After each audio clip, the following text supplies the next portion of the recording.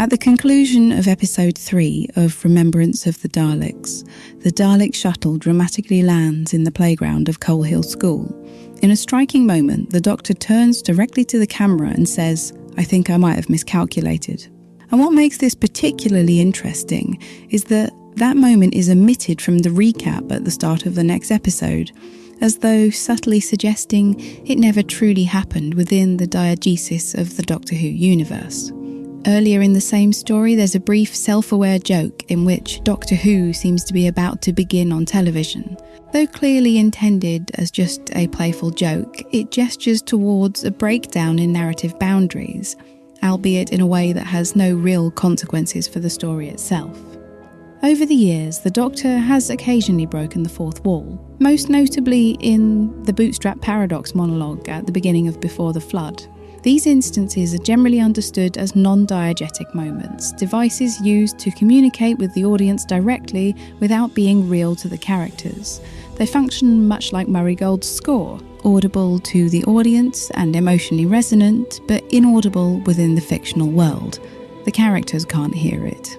There are some moments that begin to blur that boundary. In The Devil's Chord, Ruby Sunday plays her own theme on the piano, and in Hellbent, the Doctor performs Clara's theme on the guitar. And these are arguably little narrative flourishes, self-reflexive gestures that acknowledge the show's musical lexicon without fully breaking its internal reality. But Lux represents a significant evolution. While much of the discussion on this episode focuses on the animated character emerging from the screen, an impressive and visually striking concept, the moment that really stands out for me is when the Doctor and Belinda themselves step out of the screen. Because this is not just a visual trick, it's presented as something that happens within the story. For the first time, the characters in Doctor Who appear to possess a conscious awareness of their own fictionality.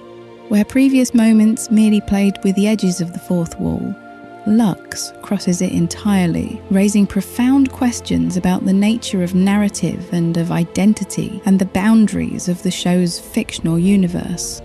Another intriguing moment from that episode for me comes from when the credit sequence is interrupted and we glimpse the fictional Doctor Who fans still watching. For a moment, it feels like the show is breaking apart, collapsing the boundary between story and audience, hinting that Doctor Who is not just a narrative, but a self-aware myth sustained by its own watchers. This was a fascinating and exciting idea to me. It was full of interesting possibilities that pushed the boundaries of narrative media. And then it turns out to be the Rani. Yay.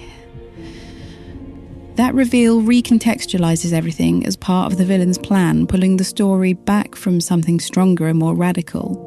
Lux briefly suggested a version of Doctor Who where fiction knows it's fiction, and that possibility was thrilling, and its retreat from it felt like a real missed opportunity for me.